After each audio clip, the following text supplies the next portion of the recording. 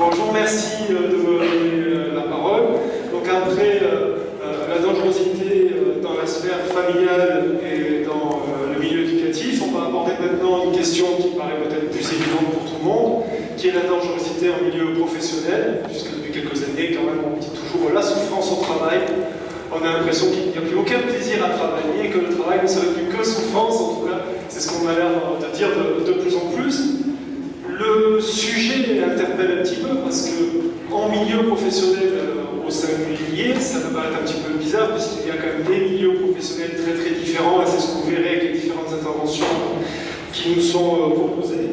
Pour ma part, je voudrais rapidement faire un petit rappel historique un petit peu de l'évolution professionnelle, en tout cas en France, en rappelant qu'il y a eu des révolutions importantes qui ont tout changé. Comme vous savez que la première révolution industrielle à la fin du XVIIIe, au cours du XVIIIe siècle, puis la seconde révolution industrielle 1880-1900, et là on a eu une société qui a complètement changé avec une main-d'œuvre tout à coup employée massivement, hein, parce qu'on est arrivé dans les pays d'Europe occidentale avec 50% de la population qui était jusque-là, on va dire, paysanne, à se retrouver employée dans les entreprises.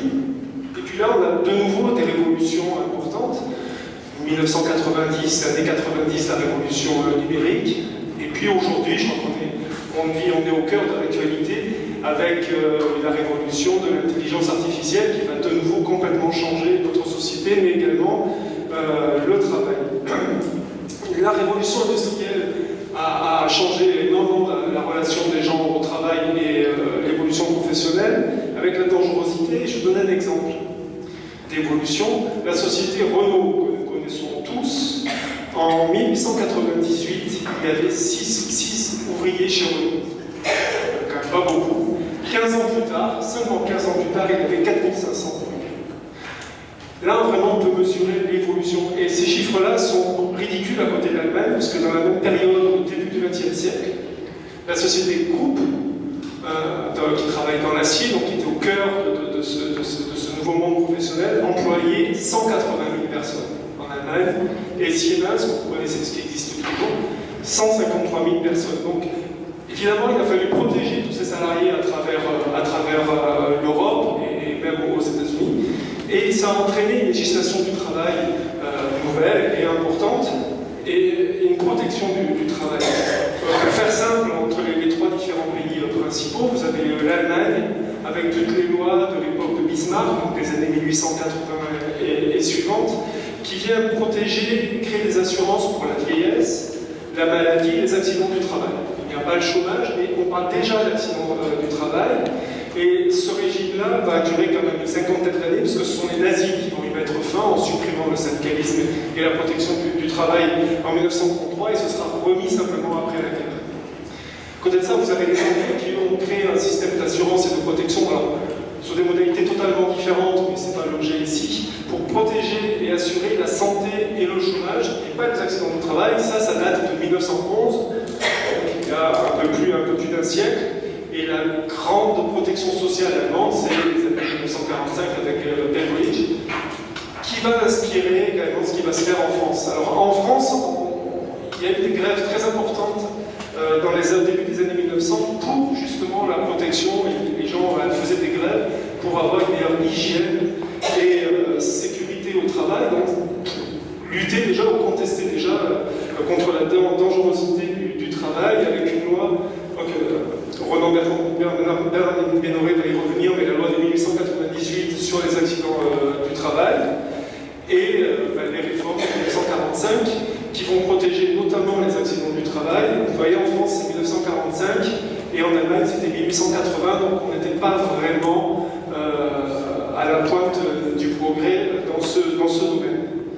Et aujourd'hui, on a une évolution très importante où les accidents du travail, j'allais dire, à l'ancienne, du temps de la révolution industrielle où un ouvrier perdait un bras dans une machine, ça existe encore malheureusement, mais aujourd'hui, l'essentiel des accidents du travail vont toucher la dangerosité psychologique liée au harcèlement moral, des thèmes de cet ordre-là, ce qui va également être développé. Et donc, vous voyez, on a une évolution de la dangerosité en milieu professionnel selon les périodes, selon les milieux professionnels, et tout cela évolue très vite. Et pense qu'on va arriver très rapidement à une dangerosité, protéger les gens contre du temps excessivement passé devant des écrans au travail, par exemple. C'est des choses évidemment qui ne pouvaient pas exister avant la révolution numérique et qui commencent à arriver de plus en plus aujourd'hui. Donc c'est ce que je vous propose de voir avec les différentes interventions, en commençant par Renan Ménoré, universitaire, maître de conférences en droit privé, qui va nous rappeler les grandes règles de protection du droit du travail en matière de dangerosité en milieu professionnel.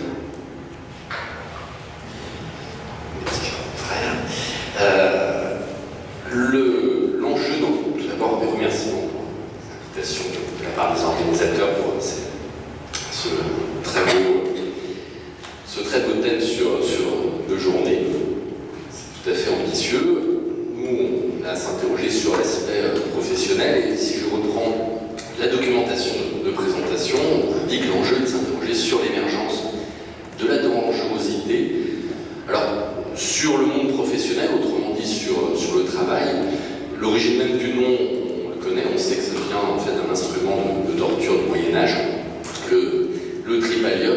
Quelque part, ça répond d'entrée à la question sur la dangerosité du travail. Et si la formule dit que le travail c'est la santé, on sait surtout, et depuis bien longtemps, que c'est surtout une menace pour la santé, bien avant même que le terme travail en fait n'existe, puisque on trouve les premières études sur la dangerosité et les problèmes de santé liés au travail 2500 ans avant Jésus-Christ, avec le fait qu'on avait déjà un médecin qui était chargé de se préoccuper de la santé des travailleurs sur les chantiers des pyramides. On trouve également des travaux d'Hippocrate sur les effets du plomb sur les ouvriers. Plus près de nous, mais déjà encore lointain, Arnaud de Villeneuve qui publie au XIIIe siècle 2 ouvrages, un sur l'hygiène professionnelle et un autre sur la maladie des métiers. Pour dire que le sujet a déjà été largement défriché il y a longtemps. Les études, d'abord médicales, vont se poursuivre jusqu'au XIXe siècle, et donc plus près de nous, à partir du début du XIXe siècle, les premières interventions réglementaires dans ce qui va devenir le droit du travail ont, à l'exclusion de la question de l'apparition des syndicats, ont toutes touché la question de la santé des travailleurs. Dès 1810, par des textes chez les juristes on connaît assez peu, mais sur le fait d'avoir des visites médicales pour le personnel des mines, le fait d'avoir imposé à l'employeur la prise en charge de frais médicaux pour les maladies liées au travail, et puis par les premières inspections pour des établissements qui pouvaient représenter des risques. Surtout, ce que l'on connaît sont les premières législations en matière d'interdiction de travail des enfants, donc, avec une législation qui évolue entre 1840 et 1874, et où là on a vraiment le premier embryon de droit du travail, mais on est encore avant qu'il existe un code du travail. Et puis, comme c'était indiqué, on a évidemment la loi importante de 1898 sur en fait, le traitement des accidents du travail, qui elle-même en partie fait suite à l'évolution jurisprudentielle avec la reconnaissance de la responsabilité du gardien de la chose, permettant d'engager la responsabilité des chefs d'entreprise en cas d'accident dans les usines, et qui a conduit à la mise en place de ce système assurantiel. Apparaît ensuite le Code du travail en 1810, qui consacre tout son livre 2 à la question de la santé des travailleurs, et puis, avant même d'arriver à la Deuxième Guerre mondiale, la reconnaissance des maladies professionnelles, de la notion de reclassement, des premières règles en matière d'hygiène, et puis, après la Deuxième Guerre mondiale, la mise en place de dispositifs de sécurité sociale et les premiers comités d'hygiène, de sécurité des conditions de travail. Je ne vais pas faire toutes les évolutions qui suivent.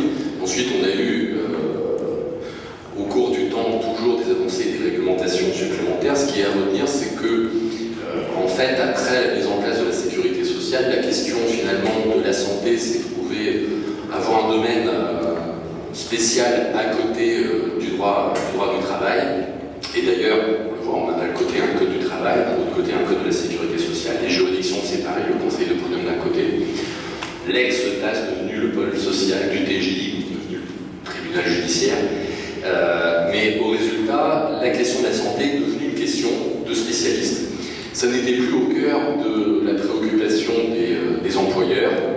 Pour ça, on avait les organismes de la médecine du travail, le comité d'hygiène et de sécurité, les experts, les médecins contrôleurs de la sécurité sociale, et finalement, l'employeur appliquait une réglementation toujours plus foisonnante sur, au fur et à mesure des accidents qu'on constatait, des mesures de sécurité qui étaient à prendre, mais c'est vrai que ça n'était plus dans les préoccupations des employeurs, d'ailleurs ça n'était même plus dans les préoccupations d'enseignement. Je n'ai pas souvenir qu'à l'occasion de mon cours de droit du travail, il y a eu un grand chapitre sur la question de la santé des travailleurs. Les enseignants envoyaient la dimension réglementaire sur le fait de savoir quel doit être l'espace en fonction du nombre de personnes, la luminosité, les questions de température minimale, maximale pour travailler, les conditions de port, de matériel de sécurité ou autres. Mais bon, finalement, on ne le traitait pas dans le cadre du droit du travail, on ne le traitait pas non plus spécifiquement au niveau du cours de sécurité sociale, on voyait plus les questions d'assujettissement, les différentes branches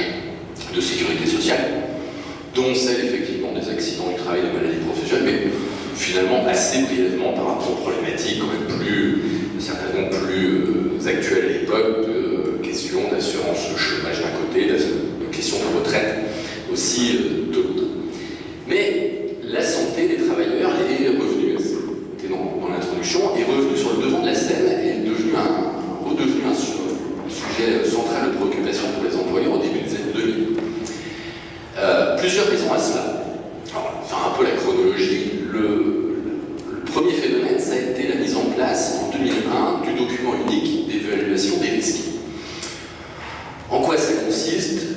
Le but, c'est que vous devez en fait faire un audit de l'ensemble des postes de travail de l'entreprise pour identifier quels sont les risques, à la fois physiques mais aussi psychiques, qu'ils peuvent générer, voir si vous avez mis en place des mesures pour éviter ces risques, et si vous n'avez pas encore mis en place ces mesures, essayez de lister les mesures que vous pourriez mettre en place pour réduire ou faire disparaître ces risques, en prenant en plus un échéancier pour la mise en place de ces risques. Donc tout un travail d'audit qui reprenait des choses qui existaient déjà largement par la dimension réglementaire dans un certain nombre de métiers, mais là où c'était tout à fait nouveau, c'est que ce document visait toutes les entreprises dans tous les domaines d'activité et quels que soient les effectifs. Et que du coup, vous aviez avant un monde où vous aviez des entreprises qui étaient exposées à des accidents du travail, de maladies professionnelles, du fait de leur activité même, et certains que vous aviez une activité industrielle ou de mine. La dimension accident du travail, vous la connaissiez. Si vous étiez un cabinet d'avocats ou d'expertise comptable, les accidents du travail, ma foi, c'était un peu terrain incognito.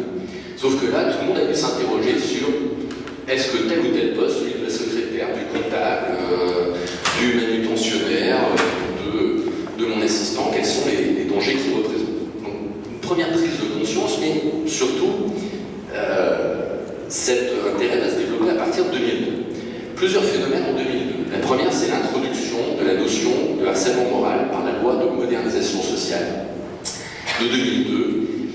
Une notion difficile à appréhender, et une notion en plus qui va se retrouver à la fois dans le Code du travail, dans le Code pénal, et qui va aussi ensuite donner lieu à une reconnaissance comme étant soit un accident du travail ou une maladie professionnelle, ce qui aboutit à ce que l'on ait d'une part une notion assez floue au niveau de ses contours par rapport à ce qu'on connaissait justement des accidents du travail traditionnels, identifiés, ou même des maladies professionnelles qui faisaient l'objet donc de tableaux répertoriant ce qui était de l'ordre professionnel ou pas.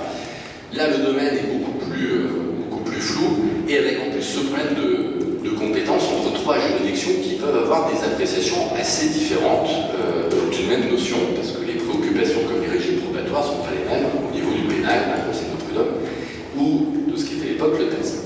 Pour donner encore une illustration récente de ces problématiques de répartition de compétences entre ne serait-ce que le Conseil des prud'hommes et juridiction sociale, donc ex-TAS, sur la question d'un traitement de harcèlement moral, je vous donne simplement la lecture de la décision du 4 septembre 2019 de la Chambre sociale, qui doit trancher, justement, savoir qu'est-ce que le salarié peut demander et à qui. Et la Cour de cassation me dit, alors c'est un petit peu pénible, c'est une décision de droit, mais c'est pour vous mettre évidemment dans le rythme de ces problématiques-là. La législation sur les accidents du travail et maladies professionnelles ne fait pas obstacle à l'attribution de dommages-intérêts aux salariés en réparation du préjudice que lui a causé le harcèlement moral, dont il a été victime antérieurement à la prise en charge de son accident du travail par la sécurité sociale. Pour le dire plus clairement, la personne a obtenu une indemnisation par le tribunal de la sécurité sociale au titre d'une tentative de suicide qui a fait suite à un harcèlement moral. Et là, la Cour de cassation nous dit ça, il y avait une partie donc de son préjudice qui est indemnisée au niveau de la sécurité sociale. Par contre, le harcèlement moral précédant la tentative de suicide a généré un préjudice que dont le salarié peut demander réparation au Conseil de prud'homme. Donc ici, en fait, sur la même problématique, le harcèlement moral, une partie de l'indemnisation peut avoir été donnée au niveau de la sécurité sociale et une autre peut être demandée à l'employeur devant le Conseil de prud'homme. Mais dans le cas d'espèce, c'est parce que l'indemnisation au niveau de la sécurité sociale n'avait visé que la tentative de suicide. Si la demande du salarié au niveau de la sécurité sociale avait été la réparation intégrale du préjudice lié au harcèlement moral, on en déduit que du coup, il n'y aurait plus eu compétence pour le Conseil de prud'homme pour lui accorder des indemnités, puisqu'il aurait été complètement indemnisé par la sécurité sociale. Vous voyez que c'est pas simple. Et là, on est juste sur un problème de compétence entre deux juridictions, sachant qu'il y en a trois qui potentiellement peuvent traiter des questions de harcèlement moral. En plus de ce nouveau concept, la même année, nous avons la résurgence de la notion de faute inexcusable de l'employeur. Je dis résurgence parce qu'en fait, la notion existait déjà depuis la loi de 1898 et la Cour de cassation avait donné une définition dans une jurisprudence de 1941. Mais la loi de 1898 avait ensuite été remplacée par la mise en place de la sécurité sociale et puis la faute inexcusable de l'employeur était passée à la trappe. Pourquoi ? Parce qu'il y avait un régime probatoire qui faisait que c'était aux salariés de prouver la faute d'une particulière gravité de l'employeur, ce qui rendait évidemment la tâche malaisée. Sauf que voilà, le 28 février 2002, toujours la même année, dans les affaires liées à l'amiante, dont tout le monde a entendu parler, nous avons une série d'arrêts de la Cour de cassation qui vient poser une obligation de sécurité de résultat à la charge de l'employeur. Et ça change tout, puisque là, on, évidemment, simplifie la charge probatoire pour le salarié, puisqu'il suffira de constater que l'employeur n'a pas mis en place toutes les mesures pour éviter l'accident ou la maladie. Avec une conséquence très importante pour l'employeur, puisque jusqu'à ces décisions, en fait, lorsqu'il y avait un accident ou une maladie liée au travail, on rentrait dans le régime accident du travail, maladie professionnelle, c'était indemnisé au niveau du régime d'assurance de la branche correspondante par la sécurité sociale. Il pouvait avoir comme effet pour l'employeur qu'il y ait effectivement une hausse de cotisation si on constatait une augmentation du nombre d'accidents ou de maladies dans son activité. Mais la conséquence est assez limitée. Là, par la faute inexcusable, on a la responsabilité directe de l'employeur qui va devoir rembourser les sommes versées par la sécurité sociale et en plus indemniser l'intégralité du préjudice subi par le salarié, ce qui économiquement n'a pas évidemment tout à fait les mêmes conséquences qu'un simple accident du travail ou maladie professionnelle.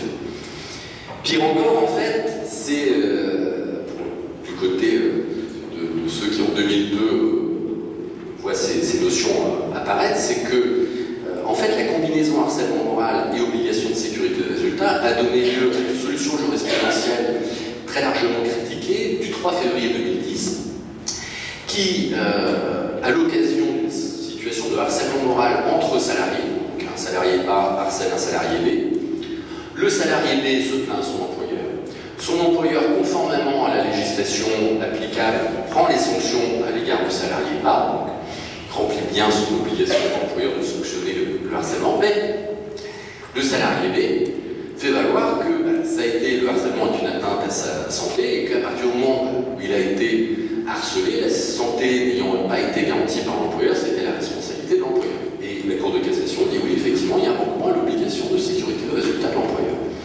Ce qui veut dire que même si l'employeur faisait cesser le harcèlement moral, il était quand même civilement responsable du harcèlement moral qui avait pu se dérouler dans l'entreprise, alors qu'il n'était pas le harceleur, mais qu'il avait sanctionné le harceleur.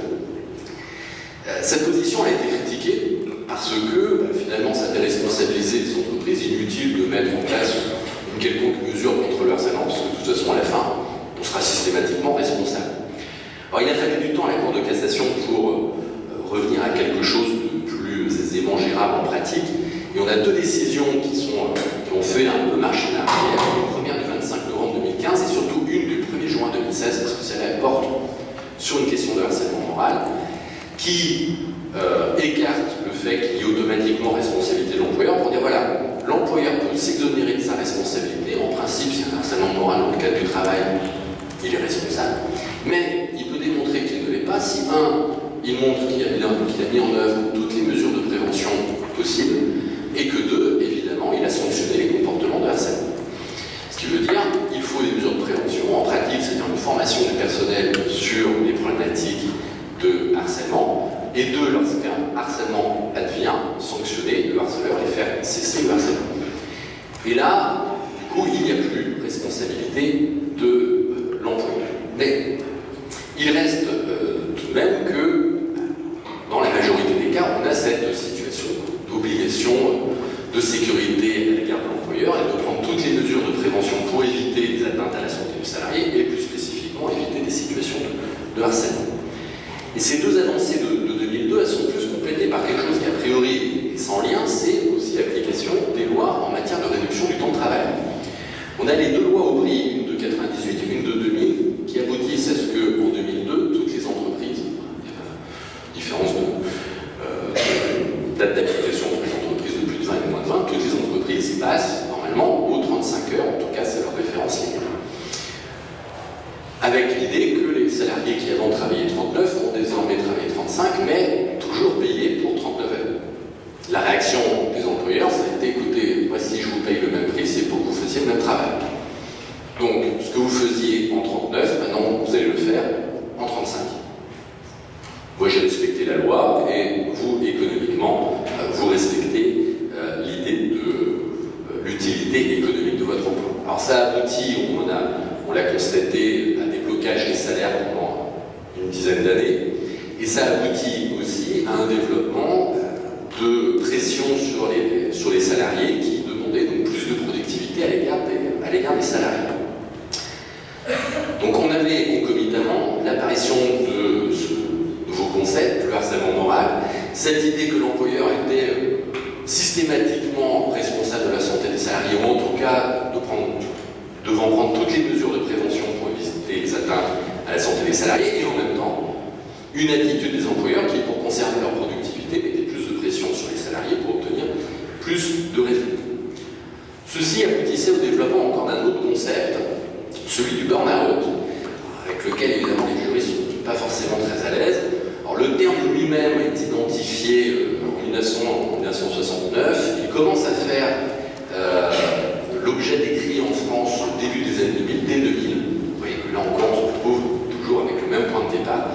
Et il est surtout médiatisé à partir de 2006 avec la vague de suicides chez France Télécom. Alors, on ne va pas refaire tout l'historique et toutes les questions sur le burn-out, mais en français on l'appelle syndrome d'épuisement professionnel. Il a fait l'objet de différentes études, de tentatives de reconnaissance comme maladie professionnelle. La dernière en date, c'était une proposition des parlementaires de la France Insoumise de 2018 qui a été rejetée.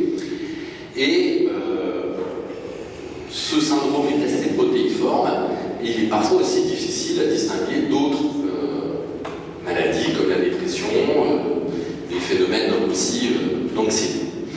Donc il n'a pas été reconnu, mais ça ne veut pas dire que parce qu'il n'a pas été reconnu, les maladies psychiques ne sont pas développées dans le milieu professionnel.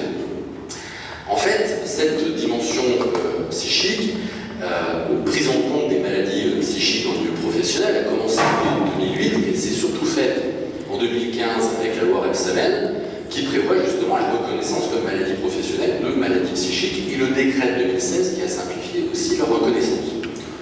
Pour donner quelques chiffres, bien que ce soit pas forcément des choses extrêmement précises, on avait une première étude de l'Institut de veille sanitaire de 2015 qui qui considérait qu'il y avait un épuisement professionnel qui concernait, donc là le burn-out, qui concernait 7% des gens en souffrance psychologique liée au travail. Donc finalement le burn-out serait une petite partie de l'ensemble des troubles psychiques que les salariés au travail pourraient suivre. Et que les victimes en fait de ces souffrances psychologiques pourraient être évaluées à peu près à 480 000 salariés. Qui est à peu près, parce que dans l'étude, ils disent bien que c'est une projection, ce n'est pas les résultats eux-mêmes de l'étude qui disent qu'il y a 480 000 victimes de souffrances psychiques au travail, mais c'est une extrapolation à partir de l'étude qui l'amène à penser qu'il pourrait y avoir 480 000 personnes qui souffriraient psychologiquement au travail. La même étude constate que, et là on est avant la loi Rebsamen, parce que l'étude est sortie en 2015, avant la loi Rebsamen, elle se base sur les années précédentes. Elle constate qu'en 2013, ont été reconnus 10 000 accidents du travail dus à des traumatismes soudains ayant entraîné une atteinte à la santé psychique. Et comme on n'avait pas encore par la loi Rebsamen justement cette catégorie des maladies psychiques dans les maladies du travail, c'était sous la terminologie surprise, frayeur, violence, agression, menace, présence. J'avoue que le terme présence on prend un peu moins que les autres dans le contexte. Étude également par la suite par l'assurance maladie, là sur des chiffres de 2016, après la loi Rebsamen, on retrouve encore 10 000 accidents du travail, là maintenant dans les affections psychiques reconnues comme maladies professionnelles. Donc on a tous les ans 10 000 personnes qui sont reconnues. Ça ne veut pas dire qu'il y a 10 000 personnes qui souffrent, mais qui, en tout cas, dont la souffrance est reconnue comme étant liée au travail. Peut-être certainement avec des développements à venir. Alors, tout ceci pour illustrer qu'effectivement, comme ça a été annoncé, la problématique de la dangerosité au travail a changé. Alors, ça ne veut pas dire qu'effectivement les accidents du travail traditionnels ont complètement disparu, mais ceux-ci sont assez clairement identifiés au niveau réglementaire, et qu'aujourd'hui, les problématiques que nous avons à traiter sont celles de souffrance au travail, soit s'exprimant au titre d'une demande sur le harcèlement moral, et ou, parce que le harcèlement moral va conduire à des troubles aussi psychologiques, donc, et ou sur des aspects psychologiques. À n'en pas douter, on risque d'avoir, et on a déjà, en plus, un développement du contentieux en matière de harcèlement moral, du fait de la modification de l'indemnisation de la rupture des contrats de travail avec les ordonnances Macron de 2017. Pourquoi? Alors déjà, avant les ordonnances Macron, on avait majoritairement dans les dossiers contentieux au prud'homme un chapitre de demande des salariés qui non seulement contestaient la rupture du contrat de travail, mais en plus se disaient victimes de harcèlement moral ou victimes de discrimination.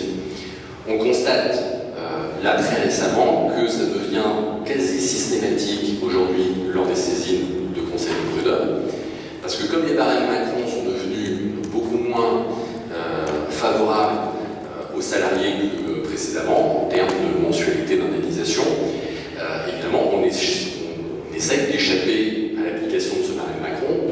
Or, le fait que le licenciement ou qu'il y ait eu une violation d'une liberté fondamentale, et donc une situation soit de discrimination, soit de harcèlement moral, permet d'exclure l'application des barèmes Macron. Et que, au résultat, le salarié qui évoque un harcèlement moral ou une discrimination pourrait obtenir minimum 6 mois de salaire, une nullité de licenciement, alors que sinon, c'est simplement sur la discussion de la cause à l'extérieur de son licenciement, il touchera peut-être 2-3 mois, quand avant il en touchait 6. Donc on va voir, dans les années qu'on a déjà, on va avoir un développement de plus en plus des demandes au titre du harcèlement moral et aussi des discriminations. Et je vous renvoie sur ce qu'on a déjà vu avec justement les problématiques de répartition de compétences avec les tribunaux de sécurité sociale et au niveau aussi pénal. Alors, comment essayer de répondre, et je dirais sur ce dernier point, à justement cette problématique de prévention des risques psychiques du salarié en entreprise. Le droit apporte déjà plusieurs réponses. Le droit nous dit, et c'était ce qu'on avait dans la jurisprudence de 2016 en matière de harcèlement moral, et la jurisprudence ne faisait que reprendre ici en fait la loi, c'est que l'employeur doit former son personnel, et notamment, il doit former son personnel en matière de harcèlement moral. C'est une première chose. D'autre part, l'employeur doit prendre des décisions justifiées par l'intérêt de l'entreprise. Ce qu'on dit aussi, il doit objectiver ses décisions. C'est une chose qu'on connaît bien en matière de discrimination. Bien souvent, pour savoir si la position prise par l'employeur était discriminatoire ou n'était pas discriminatoire, on essaie de savoir si elle était justifiée par l'intérêt de l'entreprise. Mais au-delà des questions de discrimination, en fait, dans tous les domaines, l'employeur doit objectiver ses décisions, c'est-à-dire de pouvoir justifier ses décisions au regard de l'intérêt de l'entreprise, ce qui doit permettre d'éviter des traitements différenciés et injustifiés entre les salariés, et donc limiter les risques de ce qui pourrait être pris, même si ça n'en était pas la volonté, mais de ce qui pourrait être pris pour du harcèlement moral. Rappelons que dans la définition du harcèlement moral, c'est pour objet ou pour effet. Donc il n'y a pas forcément la volonté de harceler dans le harcèlement. Mais le fond, en fait, ne suffit pas. Il faut aussi savoir communiquer sur ses décisions.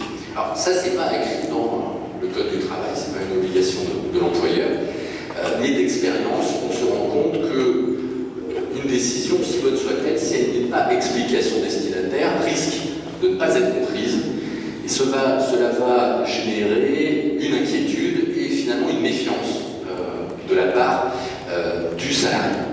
Or, on constate qu'en pratique, les employeurs négligent trop souvent cet aspect. Combien d'employeurs aujourd'hui prennent le temps d'expliquer à un salarié le contenu de son contrat de travail? Généralement, on va envoyer un mail, voici votre contrat, merci de nous le retourner signé. Or, c'est quand même un élément symbolique important de débuter une activité professionnelle et que l'employeur prenne 5 minutes, en tout cas, le service RH prenne 5 ou 10 minutes pour expliquer ce qu'il y a dans le contrat et qu'on signe ensemble le contrat. Combien d'employeurs expliquent à leurs salariés le pourquoi d'une réorganisation interne, ou pourquoi tel salarié a eu une promotion et pas un autre, ou pourquoi des congés payés ont été refusés. Et en pratique, on va retrouver ces éléments, a priori minimes, en contentieux. Alors pas directement, mais en fait, ce qui va se passer, c'est que le salarié qui en aura refusé des congés sans lui expliquer va dire « mais c'est parce qu'on m'en veut, il y a quelque chose contre moi ». Du coup, toutes les décisions futures de l'employeur vont être interprétées sous ce prisme. À la fin, les relations vont dégénérer et on va se retrouver un jour devant le juge. Et quand on refera le film en rétro en se disant mais d'où a pu partir cette mésentente entre l'employeur et le salarié, on se rendra compte que c'était bien souvent un manque de communication entre l'employeur et les salariés, surtout à l'initiative de l'employeur. Donc il faut de la communication et il faut, à travers cette communication, donc sur ces éléments objectivés, il faut en plus évidemment que les explications qui soient données soient cohérentes et qu'on n'ait pas une décision blanche une fois, noire le lendemain, ou telle prise de décision pour un service de l'entreprise, une solution différente pour un autre service de l'entreprise, ou alors d'expliquer pourquoi il y a cette différence de traitement. Et une dernière chose, c'est qu'il ne doit pas y avoir de contradiction dans les niveaux hiérarchiques. Il ne faut pas qu'un salarié puisse avoir une instruction A de la part de son N+2, son responsable hiérarchique à 2 échelons dessus, et 3 minutes après, le contre-ordre de son N+1. Cas classique, vous avez, on va dire, le big boss qui vient à une réunion, qui explique à son équipe voilà ce qu'il faut faire, et puis une fois qu'il est parti, vous avez le responsable du site qui dit bon, tout ça c'est bien joli, mais en fait on va faire autrement. Le problème c'est que à faire cela, et c'est très fréquent que cela arrive, le salarié ensuite ne peut plus comprendre ce qu'on lui demande, et au résultat, son travail n'a plus de sens. Et cette perte de sens dans son travail, ça va être le début ensuite de ces troubles psychiques. Donc voilà sur les quelques éléments que, du côté du jurisme, j'ai pu identifier sur ces problématiques récentes, mais n'étant pas très spécialiste de management, je laisse la parole aux autres personnes autour de la table pour compléter ces aspects. Je vous remercie.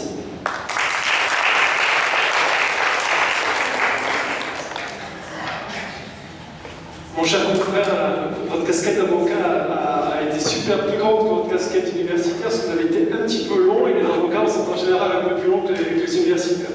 En tout cas, je pense que chacun ici aura compris à quel point la matière du droit du travail est complexe, que c'est une affaire de spécialistes, et donc je vous remercie parce que vous avez fait une publicité incroyable pour les avocats qui travaillent en droit du travail, et que vous devez donc bien voir que c'est une affaire de spécialistes. Surtout, tout ce que vous avez présenté montre quand même un rôle très important d'un cours de cassation en cette matière, peut-être plus que dans d'autres.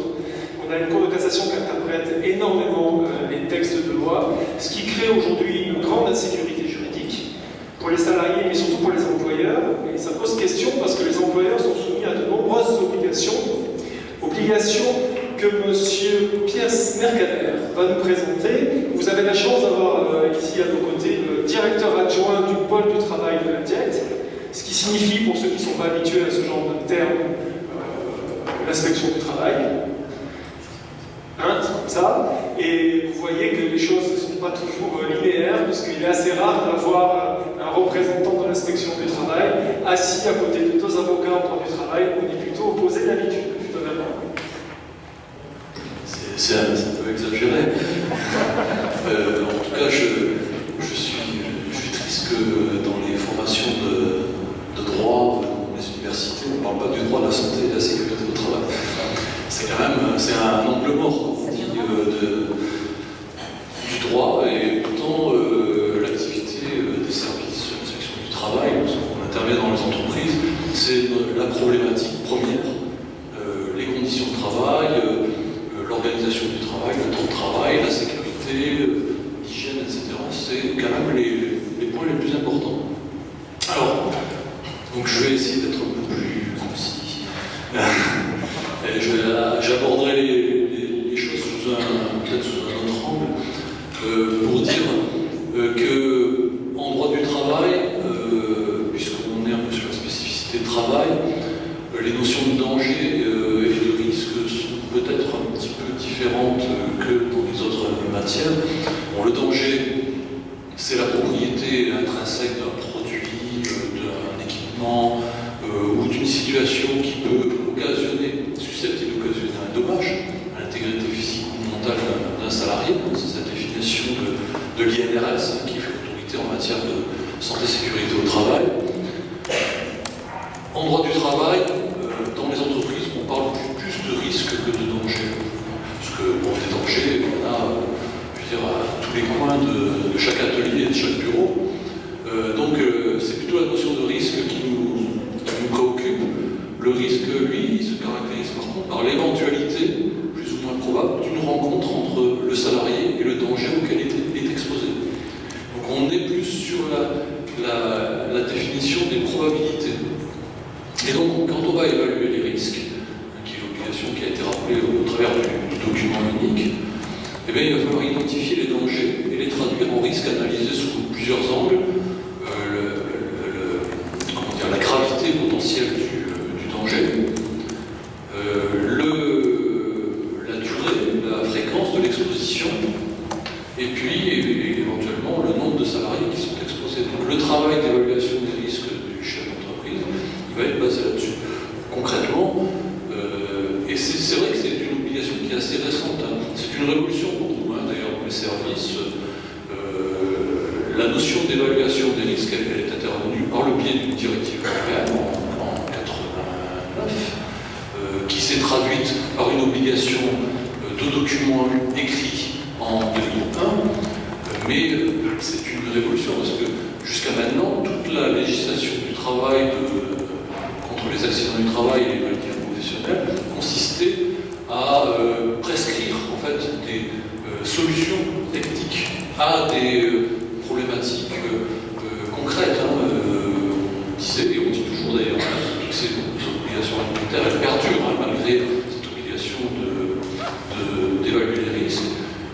On va dire qu'il faut protéger les salariés contre les chutes de hauteur par le biais de garde-corps situés à tant de centimètres jusqu'à 1 mètre pour le garde-corps supérieur, etc. Voilà. Donc c'est des prescriptions techniques qui sont très précises et qui continuent à exister, d'ailleurs, qu'on utilise toujours, que les employeurs doivent toujours respecter dans les entreprises. Mais la notion d'évaluation des risques va au-delà, en fait.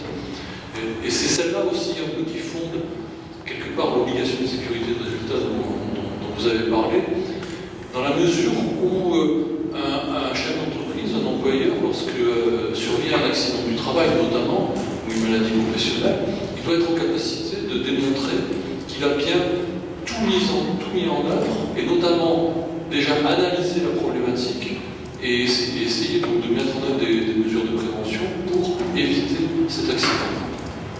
Quand on enquête sur un accident mortel du travail, ça m'est arrivé à de nombreuses reprises, la première question qu'on pose, une des premières questions qu'on pose à un chef d'entreprise, c'est est-ce que vous avez évalué le risque, est-ce que vous avez un document unique, est-ce que vous avez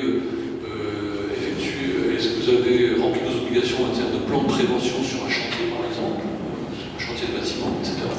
Donc est-ce que vous êtes en capacité de prouver que vous avez fait cela? Est-ce que vous avez formé votre salarié? Est-ce que vous avez une traçabilité de la formation du salarié, etc. L'obligation de résultat, la sécurité de résultat, elle résulte de tout ça. Alors, ce qui est important aussi de voir une grande différence dans le droit du travail par rapport à d'autres champs de la vie quotidienne, c'est que bien on est dans une situation où il existe un lien de subordination qui caractérise le contrat de travail. Et ce lien de subordination, il induit justement cette part importante de responsabilité du chef d'entreprise, parce que dans le monde du travail, de la relation employeur-salarié, le salarié n'est pas libre de ses actes. C'est l'employeur qui décide des moyens matériels, les bâtiments, les équipements de travail, les machines, les produits utilisés. C'est lui qui décide également des processus de travail. C'est pas le salarié qui décide comment il travaille, et de l'organisation du travail, de manière générale, l'organisation de l'entreprise, etc. Donc en fait, la responsabilité de l'employeur, elle découle en fait de cette organisation qui est de sa responsabilité et qu'il maîtrise complètement. Et pour même aller au-delà, il décide également des moyens de protection mis en œuvre, y compris les moyens de protection individuelle. Donc le port des équipements de protection individuelle, le respect des consignes, se traduisent par notamment la possibilité pour l'employeur d'utiliser son pouvoir disciplinaire. Donc on a vraiment une situation de subordination très importante qui fait que le risque professionnel est vraiment de la responsabilité, je dirais, quasi intégrale du chef d'entreprise. Voilà. Le salarié lui a finalement relativement peu d'obligations en matière, dans le Code du travail, dont un ou deux articles qui traitent des obligations des salariés. Il y a bien un article générique qui dit que le salarié doit préserver sa santé et sa sécurité ainsi que celle des tiers, mais bon, ça n'a pas vraiment de... qui peut permettre aussi d'atténuer éventuellement la notion de faute inexcusable, puisque quand la faute du salarié a contribué de manière importante à la réalisation du dommage, elle peut atténuer la responsabilité de l'employeur, mais en général pas complètement. Voilà, le salarié, monsieur, doit respecter les règlements intérieurs, mais c'est plus sous l'angle du droit disciplinaire en fait que le salarié a des obligations vis-à-vis du chef d'entreprise. On sait que les chefs d'entreprise ont juste tendance à user leur pouvoir disciplinaire pour tout un tas de raisons, parfois valables, mais assez peu fréquemment sur les problématiques de santé et sécurité au travail. Voilà. Alors ces obligations les obligations de l'employeur, ce qui résulte également de la directive de 1989, ce sont des obligations en fait, de bon sens, qui, au-delà des obligations réglementaires, je sais pas tout à l'heure, les garde-corps, la protection des machines, la mise à disposition d'installations sanitaires, etc., l'obligation de l'employeur est de respecter ce qu'on appelle les principes généraux de prévention, qui en fait, finalement, sont des questions de bon sens, mais qui s'adaptent très bien à tous les types de risques, y compris aux risques psychosociaux, donc les risques émergents qui existaient avant qu'on les qualifie, mais qui se développent effectivement de plus en plus avec la complexification du travail et les pressions, l'intensification du travail notamment. Donc ces principes généraux de prévention, ils sont au nombre de 9. Ils sont de bon sens et puis ils doivent être déclinés, je veux dire, de manière hiérarchique. C'est un peu comme une hiérarchie des normes pour les juristes de la Constitution et du contrat. Le premier principe, c'est un principe simple qui est celui d'éviter les risques. Dans une entreprise, ça va être par exemple, puisqu'on sait qu'il y a des risques qui sont liés au déplacement routier, d'adopter une organisation qui évite certains déplacements. On ne va peut-être pas les éviter complètement, mais on les évite partiellement. Par exemple, ça peut être de faire en sorte que les organes de commande soient situés à hauteur d'homme et non pas en hauteur ou dans un endroit qui entraîne un risque quelconque, soit de chute, soit de se blesser au dos, etc. Voilà, éviter les risques, donc c'est quand même le premier principe. Le deuxième principe, c'est d'évaluer les risques qui n'ont pas pu être évités. Donc on accepte bien dans le Code du travail l'idée que le zéro danger, le zéro risque, ça n'existe pas dans le monde de l'entreprise. Pourtant, c'est une forte demande sociale, le zéro danger, le zéro risque. Mais on est bien dans une situation où l'employeur doit faire le maximum pour les réduire, mais il n'a pas une obligation là, du coup, de résultat proche du zéro.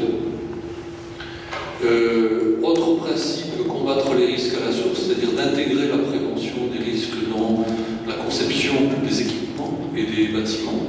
Ça va être par exemple traiter sur le plan acoustique un local pour éviter les risques liés à l'exposition au bruit, éviter la réverbération des bruits. C'est toujours plus intelligent de le faire en amont et de le traiter avant que se pose le problème. Je ne rentre pas plus, on n'a pas trop le temps. Adapter le travail, autre principe général de prévention, adapter le travail à l'homme. Ben là, on est clairement dans les risques psychosociaux, c'est-à-dire que dans les entreprises, dans le monde économique, souvent, ceux qui conçoivent les outils, les processus de travail, l'organisation du travail, se placent vis-à-vis de la production, c'est-à-dire de l'objectif en termes de production, sans forcément tenir compte des conditions dans lesquelles les travailleurs vont réaliser cette production. Et ça peut générer des contraintes qui amènent les salariés à contourner ce qu'on appelle le travail prescrit, et donc à se mettre en danger parfois. Voilà. Ou alors à ne pas être en capacité de réaliser ce qui lui leur est demandé, et aussi là aussi on rentre dans le danger des risques psychosociaux et autres. Sans parler de harcèlement, c'est quand même la partie émergée de l'iceberg. Autre principe, je passe rapidement, tenir compte de l'évolution des techniques, remplacer ce qui est dangereux par ce qui n'est pas dangereux ou par ce qui est moins dangereux. Donc ça c'est notamment toute la problématique des risques liés aux produits chimiques, cancérigènes ou autres. Parfois, quand on croit bien faire en remplaçant, des fois le remplaçant s'avère être plus toxique que le précédent. Ça c'est un autre problème. Planifier la prévention en intégrant tous les aspects, là aussi l'idée à la fois organisationnelle, technique, humaine, etc., de manière à ce que la prévention fasse partie de la décision globale de l'entreprise en termes d'organisation du travail et organisation de la production. Privilégier la protection collective par rapport à la protection individuelle. Ça c'est un principe général qui est fondamental parce que un salarié, quand il travaille, il ne pense pas à sa sécurité, il pense à réaliser sa tâche. Et la protection collective, elle permet finalement de travailler en sécurité sans s'en préoccuper, alors que la protection individuelle, souvent, nécessite un acte volontaire du salarié et qui n'est pas forcément efficace. Et puis enfin, le dernier principe, parce que quand même, il y a quand même des risques résiduels, une fois qu'on a fait tout cela, c'est de donner des instructions appropriées aux travailleurs. La consigne. Mais la consigne, c'est que ça ne protège pas. Si on nous dit il ne faut pas mettre la main là où il ne faut pas, parce que c'est dangereux, d'accord, bon, c'est bien de le dire, mais c'est pas ça qui protège. Petite anecdote, ça fait longtemps que je suis dans les services, je suis rentré en 82, et à l'époque, on contrôlait beaucoup les menuiseries, et puis on allait de temps en temps à chaque entreprise ou un chef d'atelier ou un ouvrier qui disait non, c'est pas un travail dangereux, et puis le gars il avait 3 doigts en moins. Bon, donc voilà, la consigne c'est pas suffisant, surtout quand il y a des solutions techniques qui existent en termes de prévention des risques intégrés et indépendante en fait de l'action du salarié, indépendante de sa volonté. Voilà, je ne sais pas s'il y a des questions.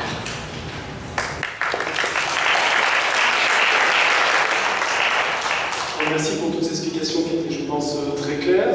Enfin, je vois que la journée s'intitule, les 2 jours s'appellent droits fondamentaux. Je crois qu'on peut bien dire qu'en matière de droit du travail et d'accident du travail, il ne s'agit pas de droits, mais d'obligations fondamentales mises à la charge de l'employeur.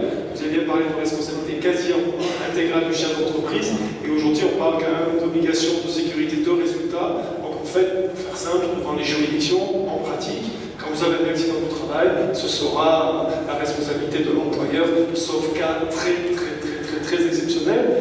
La grande difficulté dans tout ça, si vous permettez, c'est qu'on met des obligations très importantes à la charge de l'employeur en application du Code du travail. Pour ceux qui font du droit, qui ont fait du droit, le Code du travail est peut-être le code le plus élevé aujourd'hui. Et encore, on n'oublie pas la sécurité sociale, si on écoute de très loin le code le plus important. Et personne ne le connaît, hein. Mon confrère universitaire ne connaît pas tout le droit du travail, donc tout le droit encore moins. Je sais que nul n'est censé ignorer la loi, le problème c'est que nul ne la connaît en réalité, et que derrière on va rechercher la responsabilité d'un chef d'entreprise sur un article R, je ne sais pas trop quoi, du Code du travail, que parfois je l'ai vécu soit au pénal avec un juge, soit en injonction sociale, tout le monde découvre un petit peu aux audiences. Donc c'est un petit peu la difficulté d'analyser ça, je veux dire surtout à des PME où il y a des gens qui sont spécialistes de leur technique, mais pas spécialistes du droit, ou vraiment du management ou de la gestion d'entreprise. La situation peut être un petit peu différente dans les collectivités locales, et nous allons le voir avec Mme Karine Lasson, qui est directrice générale adjointe de la ville du Mans.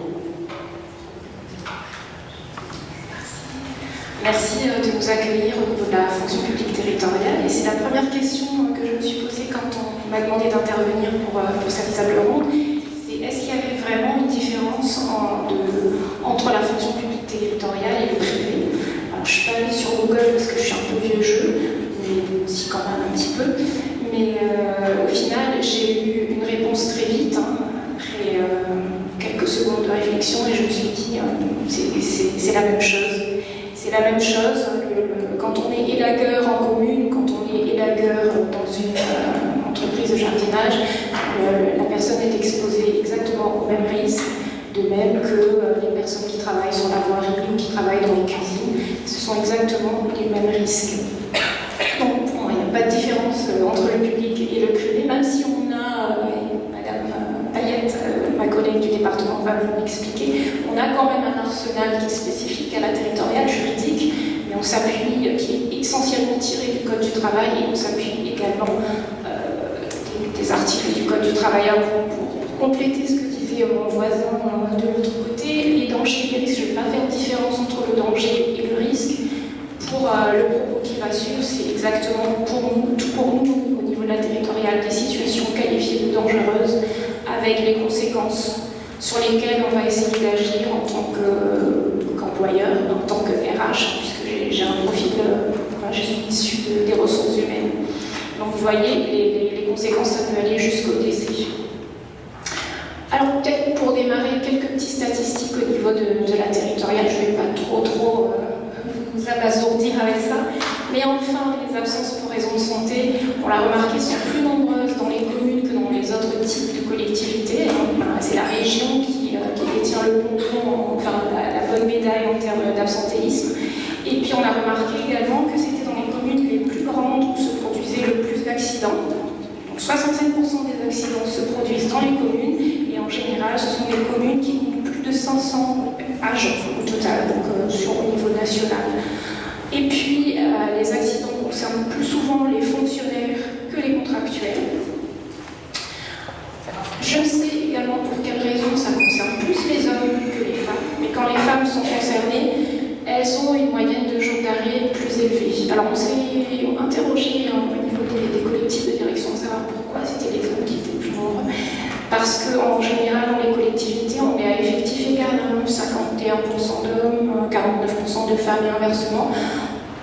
On n'a pas trouvé la réponse, enfin on s'en doute un petit peu, mais la réponse n'est peut-être pas politiquement correcte. Et enfin, là où on constate le plus d'accidents en collectivité, c'est sur la tranche 8 heures, 12 heures. Les deux types de dangers auxquels sont exposés nos agents, donc Il y a d'un côté les dangers, les risques physiques et de l'autre côté psychologiques, là où on commence à intervenir de plus en plus actuellement. Donc on a les métiers à forte contrainte physique liées à la manutention, aux contraintes posturales. Je pense notamment aux agents qui travaillent en cuisine centrale, qui sont amenés à manipuler des ustensiles qui sont extrêmement lourds, qui développent ensuite des traumas, de ce qu'on appelle les TMS, les troubles musculo-squelettiques.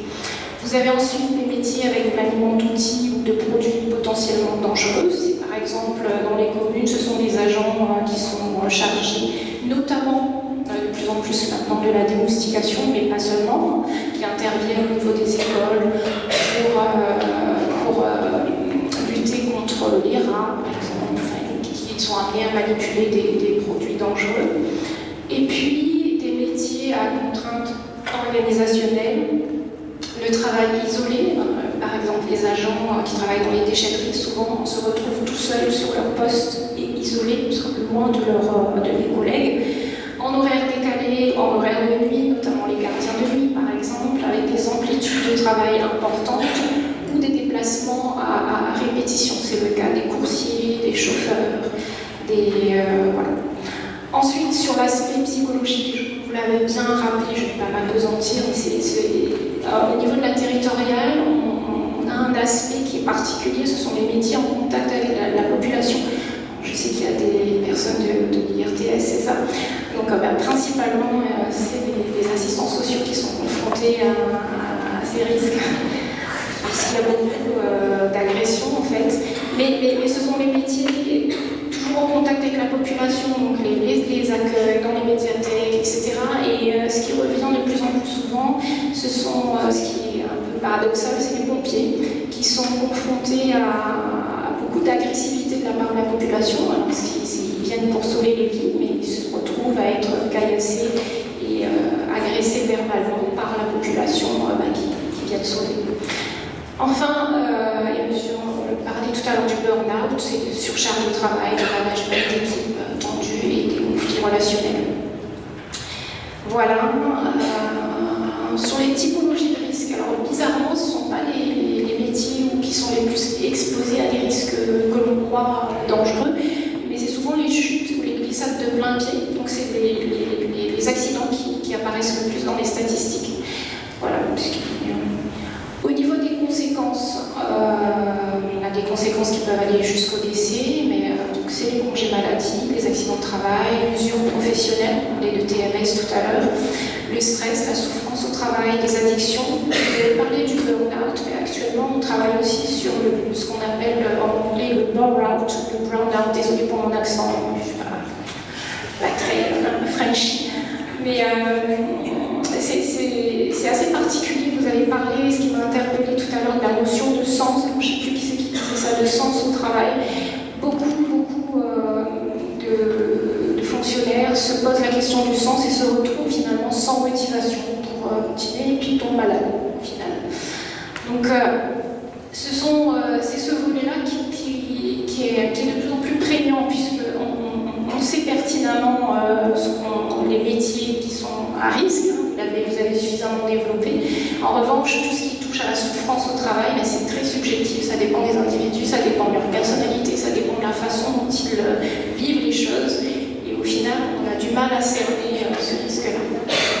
Au niveau de nos collectivités, ce qu'on met en œuvre en curatif, malheureusement beaucoup trop, ce sont les aménagements de postes que l'on peut proposer suite à des accidents de travail, une prise en charge financière, mais Mme Payette va vous l'expliquer au niveau réglementaire. Ce qui n'est pas réglementaire, et ça dépend des collectivités, des moyens qu'elles mettent en œuvre derrière, c'est l'accompagnement des services RH. Vous l'avez dit, je crois, je ne sais plus, un d'entre vous a dit, mais ça paraît logique que quand un nouvel arrivant entre en collectivité, qu'on lui explique son contrat de travail, qu'on lui explique le règlement intérieur, qu'on lui explique un certain nombre de choses. Alors là, ça dépend tout à fait des collectivités qui ont développé ou pas ce volet-là. Et puis on a dans certaines collectivités un accompagnement également au niveau du service juridique. En préventif, on a tout l'arsenal qui a été développé également par mes voisins, en passant du docu, en passant par les EPI, les formations obligatoires. une information que l'on fait passer au niveau des DRH aux salariés. Et enfin, il y a toute une politique qui est développée autour des termes de QIT, alors de qualité de vie au travail. On parle même de bonheur au travail. J'ai un peu de doute, en tout cas, sur cette notion de bonheur au travail, mais bon, je préfère quand même la notion de qualité de vie au travail. Et puis tout ce qui a trait au management dans certaines collectivités, notamment pour justement éviter tout ce qui dit souffrance au travail, on développe tout un arsenal de formation autour du management.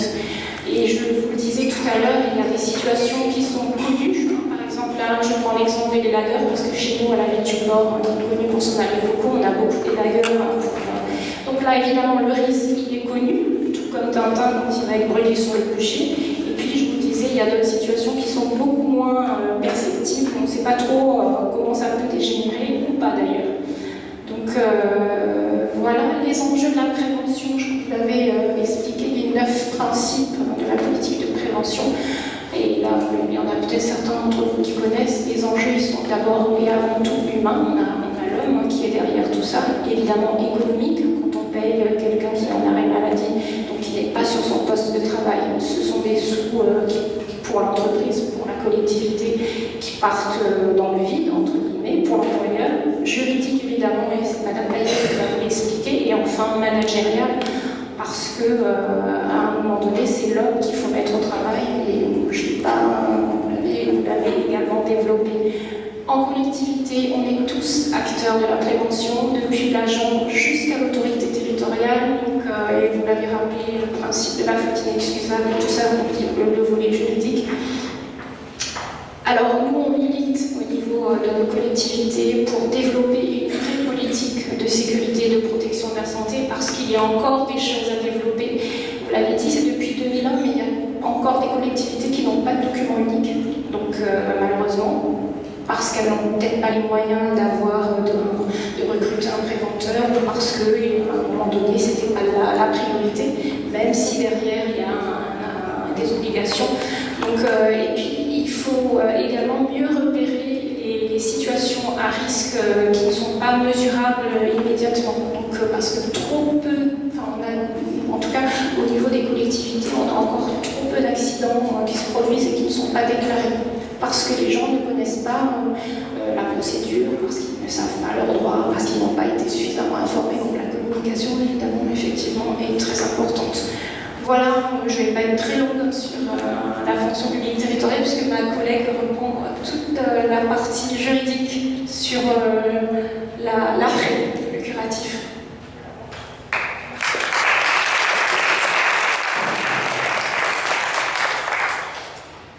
Alors merci beaucoup pour cette invitation, pour participer à ces débats qui sont extrêmement intéressants. Moi je vais aborder une partie qui va être sans doute très traumatisante pour les étudiants de l'IRTS, c'est sûr et certain, parce que je vais aborder le sujet du danger qui émane du comportement, non pas le danger qui émane parfois de l'exercice de son activité professionnelle, mais le danger qui émane du comportement des autres, et en l'occurrence beaucoup du comportement des usagers. Parce que je me suis intéressée effectivement à la notion de danger pour les agents d'une collectivité telle que la mienne, c'est-à-dire le conseil départemental, et qui a donc, comme en mairie, comme en commune, beaucoup de contacts directs avec les usagers, et qui ne sont pas toujours exemplaires dans leur comportement vis-à-vis des fonctionnaires territoriaux. Donc voilà, je vais traiter de cette question très spécifique des dangers qui émanent du comportement, la plupart du temps, des usagers, mais vous verrez pas seulement. Alors de quel comportement parle-t-on? De quels faits dangereux parle-t-on? Ce sont des faits extrêmement divers dans leur gravité, mais qui sont de plus en plus nombreux, malheureusement. Ce sont des faits d'injures, d'agressions verbales ou physiques, de menaces d'atteinte à l'intégrité physique, d'atteinte à la famille. Et ces faits peuvent parfois s'accompagner d'atteintes portées aux bâtiments, au mobilier, aux biens du conseil départemental. Alors très concrètement, ce sont des faits d'injures, d'agression verbale de manière assez régulière, parfois, nous sommes quand même confrontés, ce ne sont pas des cas d'école, mais nous sommes confrontés à des cas graves, puisqu'on a quand même connu au département la menace avec une arme réelle et un tir qui a été effectué. On a connu quand même la menace avec une arme factice. Depuis que je suis au conseil départemental, donc ça fait longtemps, enfin c'est quand même pas non plus une échelle de temps énorme. Et puis des agressions physiques qui peuvent être commises par les usagers des services sociaux, c'est-à-dire les parents parfois, qui sont très mécontents des décisions qui sont prises. Mais ça peut émaner aussi des enfants qui sont placés, qui sont en relation avec nos éducateurs, par exemple, dans les foyers. Donc voilà les faits dont il s'agit. Les victimes, je vous les ai cités, les travailleurs sociaux, les psychologues, mais aussi les secrétaires qui sont un peu en front office dans nos services sociaux, les agents d'accueil, les agents de sécurité, les cadres administratifs qui sont parfois amenés à intervenir sur des situations individuelles pour discuter avec les familles. Je vous l'ai dit, ce sont des faits qui sont commis par les usagers la plupart du temps, les parents, les proches, parfois d'enfants qui sont tous accueillis dans nos services sociaux, ou même parfois des usagers qui ne sont pas spécialement concernés par une politique de protection de l'enfance, mais qui sont là pour venir demander une aide et qui sont insatisfaits de la manière dont on répond à leurs demandes. Voilà quels sont les auteurs. Alors c'est vraiment les hypothèses les plus fréquentes, mais on a d'autres comportements dangereux émanant d'autres usagers.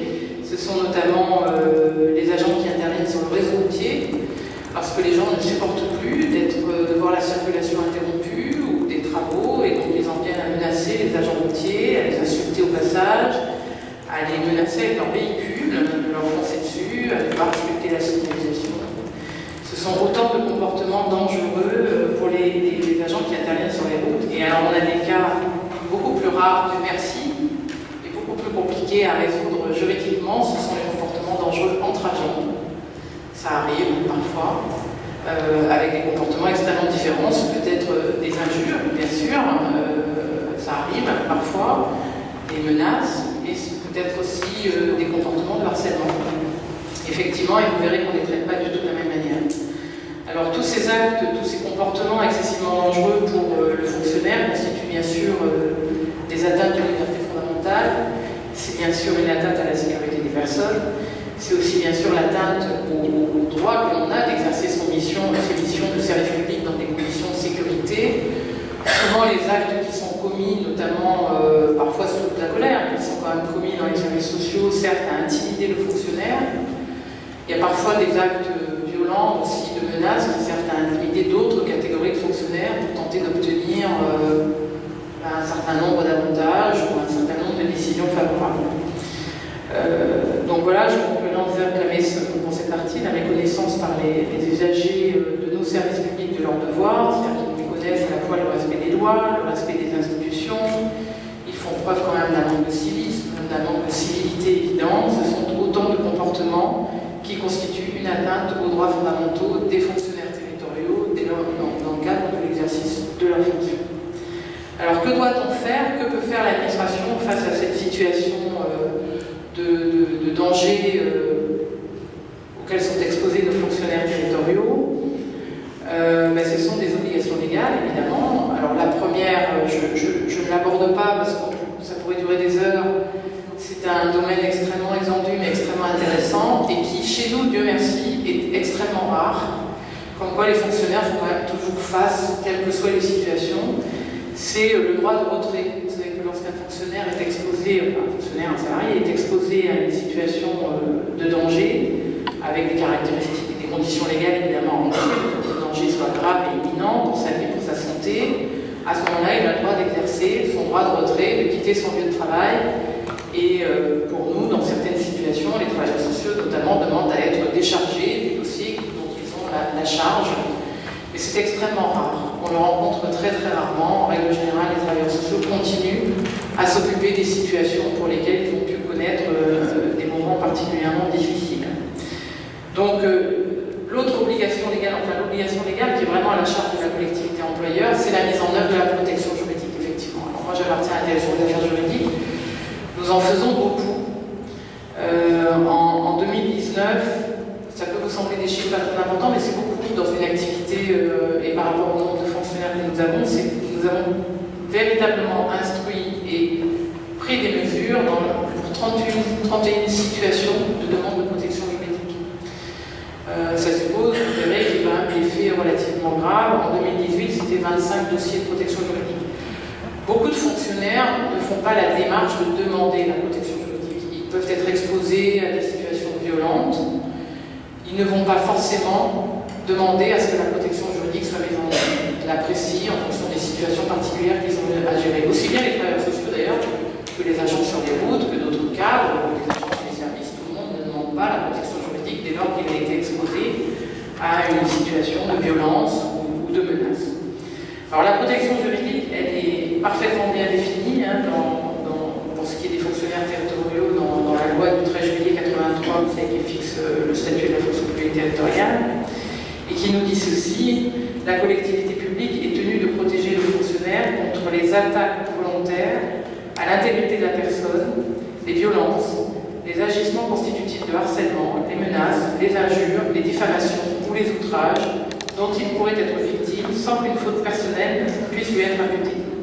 Elle est tenue de réparer, le cas échéant, le préjudice qui en est résulté. Donc, cette obligation légale est tout à fait claire. L'administration a l'obligation de protéger son agent contre les attaques dont il peut faire l'objet. Elle doit mettre en œuvre sa protection juridique. Ce n'est pas optionnel, c'est une obligation légale. Elle doit mettre en œuvre sa protection juridique par tout moyen qui vont lui sembler être adaptés et afin de faire cesser les attaques ou de prévenir les attaques. La décision d'accorder la protection juridique est une décision qui appartient à l'autorité territoriale dans une collectivité territoriale. C'est le président pour ce qui est du département ou le maire pour ce qui est de la commune. Petit aparté, ce qui est différent pour les élus, la protection juridique pour les élus est accordée par l'organe délibérant et non pas par l'exécutif. Mais je n'ai jamais eu de cas de protection juridique pour des élus. Toi aussi. Enfin, de protection juridique pour ces faits-là. Et aussi, mais pour des faits très connus, mais pas pour des faits de comportement dangereux. Voilà. Mais les fonctionnaires font une demande de protection juridique, pas tous, mais certains le font. Pour cela, il faut qu'ils adressent un courrier à la hiérarchie. C'est important parce que la protection juridique, pour qu'elle puisse être correctement mise en œuvre, il faut bien comprendre quels ont été les faits, quelle a été la situation pour y apporter la réponse la plus adéquate. C'est d'ailleurs exigé par une circulaire du 5 mai 2008.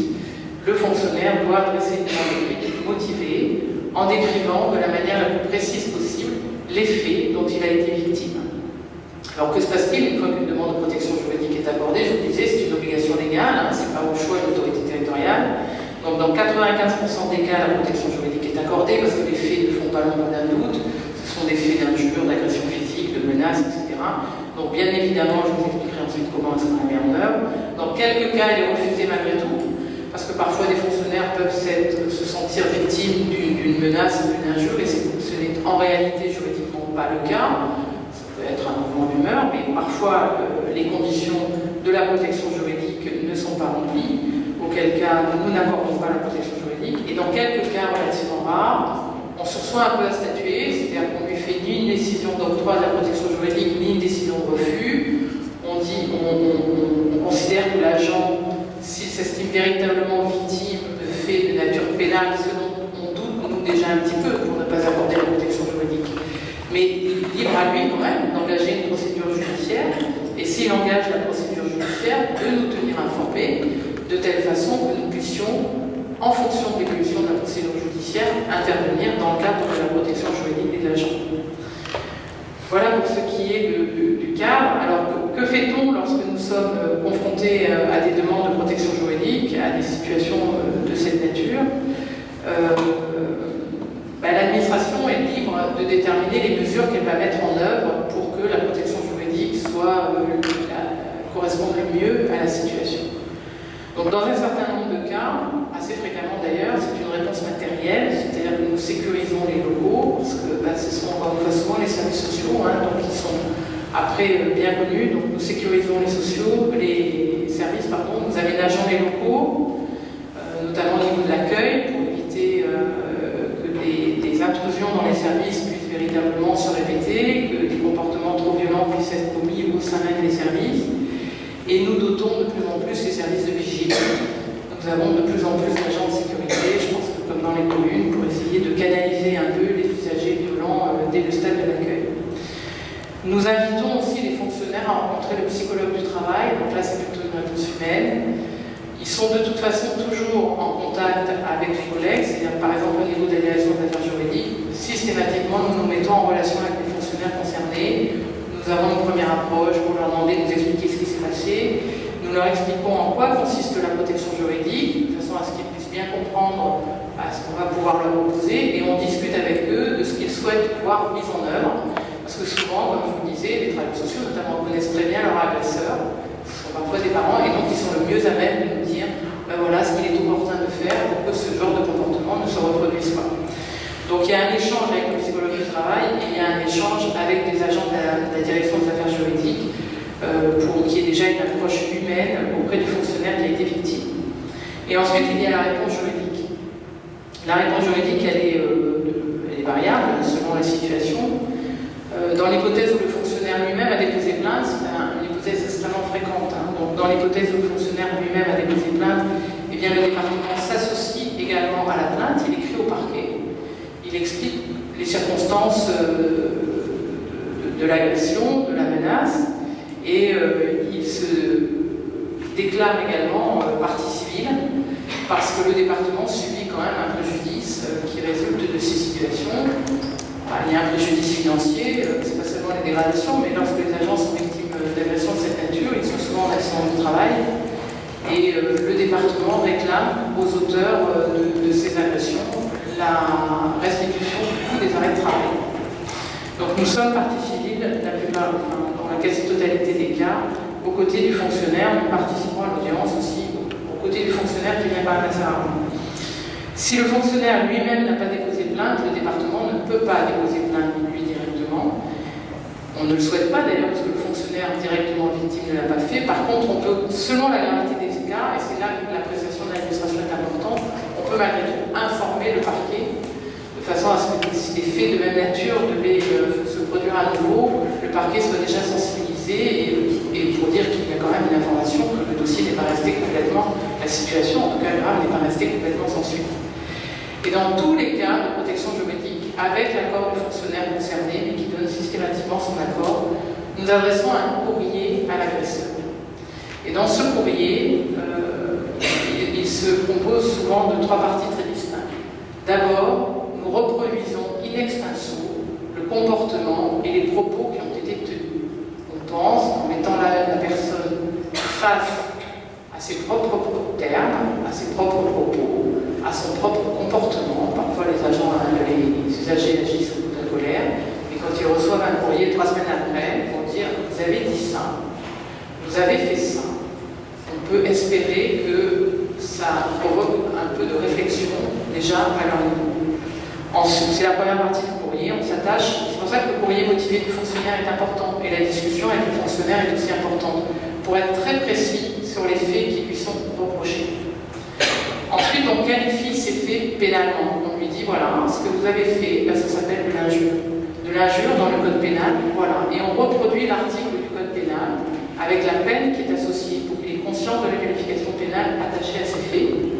Et enfin, on le met en demeure de ne plus avoir ce genre de comportement à l'égard des agents du département. Et dans quelques rares cas, on lui interdit un accès direct au service. On lui dit, compte tenu de votre comportement excessivement inacceptable, dorénavant, vous prendrez rendez-vous avant de venir rencontrer un agent du service social. Et ces courriers, en fait, sont très très efficaces.